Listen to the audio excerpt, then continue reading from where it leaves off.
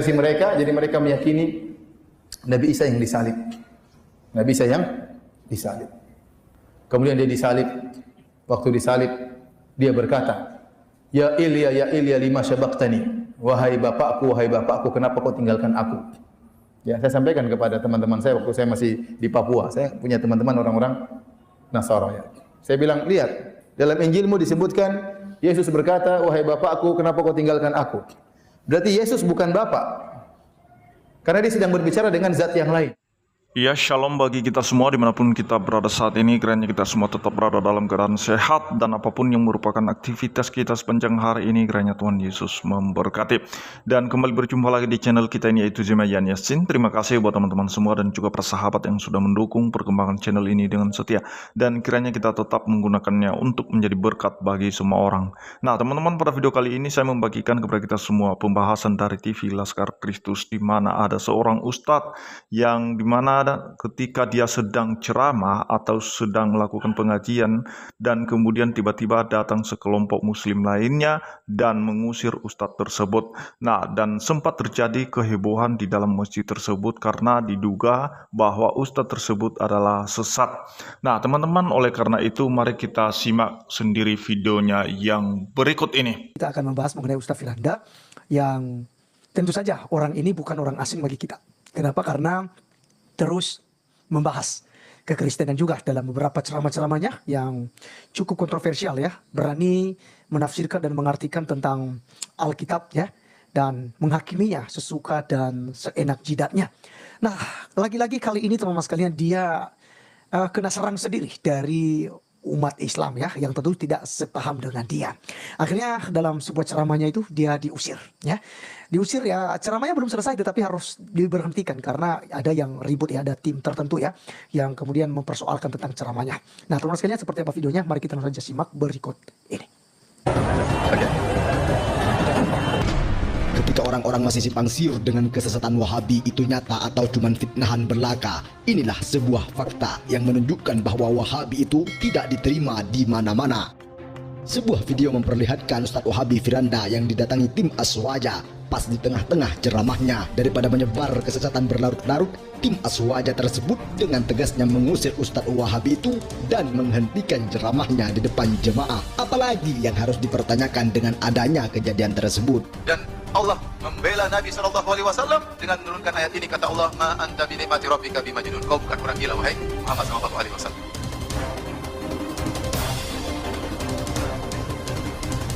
Kemudian Allah Subhanahu wa taala menyebutkan pernyataan kedua.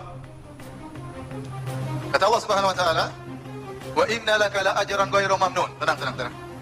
Duduk aja.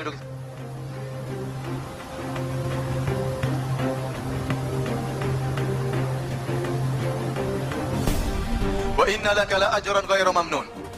Pernyataan yang kedua, Nabi SAW sebutkan, sungguhnya engkau mendapatkan ganjaran yang tiada putus-putusnya, wahai Muhammad SAW.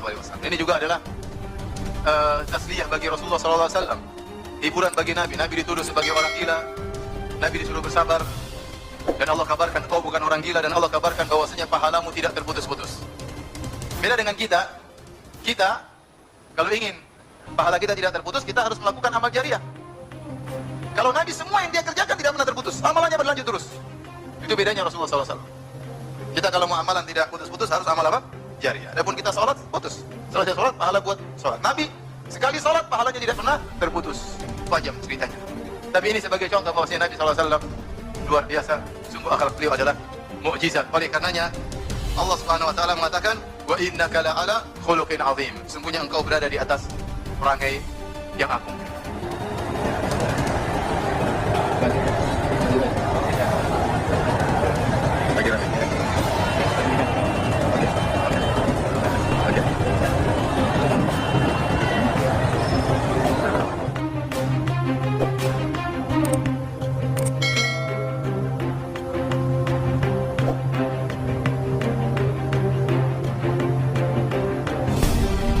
Oke, teman-teman sekalian, itu yang kita sudah dengarkan bersama ya dari Ustadz Firanda ya.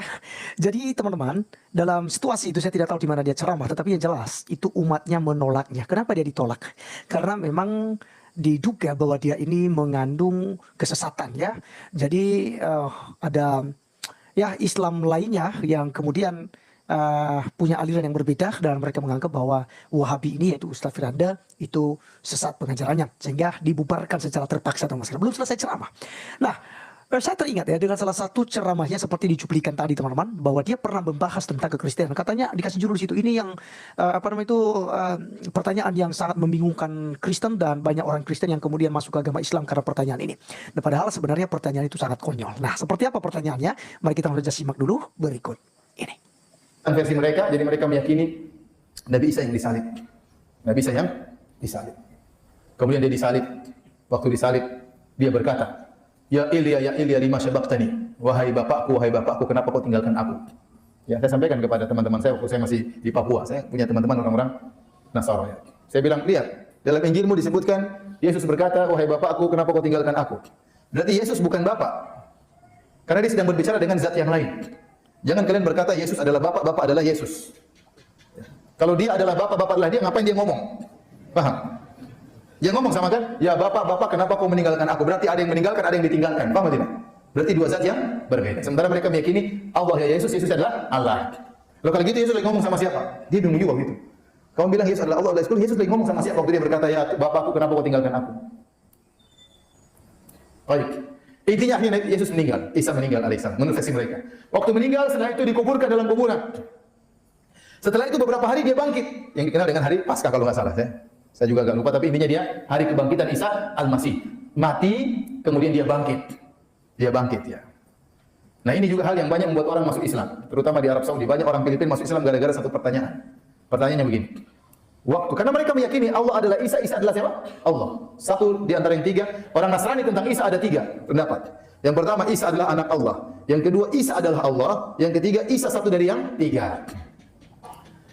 Oke, teman-teman sekalian, itulah yang kita sudah dengar bersama ya. Jadi ini dia membahas tentang Tritunggal ya, Trinitas dalam kekristenan. Dan ini adalah doktrin primer di dalam kekristenan. Dan bahkan ya, saya juga selalu mengatakan bahwa orang menolak Tritunggal itu suatu hal yang sangat keliru sekali. Karena konsep Tritunggal ini atau Trinitas adalah merupakan jantung daripada kekristenan itu sendiri, teman-teman sekalian. Dan itu bukan hanya sekedar saja slogan ataupun bahasa, tetapi ini memang benar-benar diimani dan itu tercantum di dalam narasi-narasi kitab suci. Ya, jadi umat sebelah teman-teman sekalian itu mereka seringkali kebingungan soal iman kekristenan. Ya, seperti tadi Ustaz Firanda dia nuduh bahwa Bapa itu adalah Yesus itu sendiri, ya Yesus itu adalah Bapa itu sendiri, atau Allah itu yaitu Yesus itu Allah sendiri. Nah, jadi ini sebenarnya paham JO ya, Jesus only juga dengan wonder sebenarnya. Nah, tetapi teman-teman sekalian bagaimana kita dengan yang percaya dengan doktrin Trinitas ini? Ya tentu kita akan menyangkal hal itu karena Yesus bukanlah Bapa. Allah yang Esa itu teman-teman sekalian, Alkitab menerangkan kepada kita itu di dalam 1 Timotius 2 ayat yang kelima ya.